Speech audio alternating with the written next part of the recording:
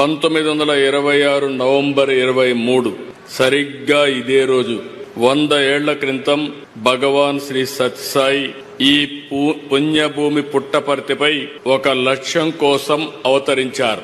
ఒక పర్పస్ కోసం అవతరించారు. పవిత్ర నేలపై 86 ఏళ్లు తన జీవన ప్రమాణాన్ని సాగించి ప్రపంచానికి భగవాన్ సాయి సిద్ధాంతాన్ని అందించారు, జ్ఞానాన్ని బోధించారు, సన్మార్గాన్ని చూపించారు. సమాజ సేవ, అసాధారణ శక్తులు, సమస్యకు పరిష్కారం, ఆధ్యాత్మిక భావన, ప్రశాంత జీవనం, ముక్తి మార్గంతో శ్రీ సత్యసాయి కోట్ల మంది జీవితాలను ప్రభావితం చేశారు. 8 ఏళ్ల వయస్సు నుంచే ప్రార్థనలు, పాటలు, భజనలు, కీర్తనలతో దైవ చింతన కలిగి మిగిలిన పిల్లల కంటే బాబా భిన్నంగా ఉండేవారు. 1940 మే 23న అప్పుడు సత్యసాయి వయసు కేవలం 14 ఏళ్లు.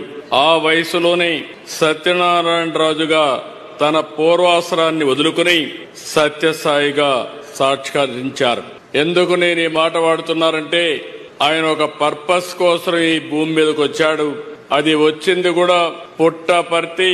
ఇక్కడే మీరు చూస్తే ఆయన ఇక్కడ పుట్టారంటే ఎప్పుడు కూడా దేవుళ్ళు అవతారం ఎత్తినప్పుడు ఎక్కడో ఇక్కడ అవతరిస్తారు.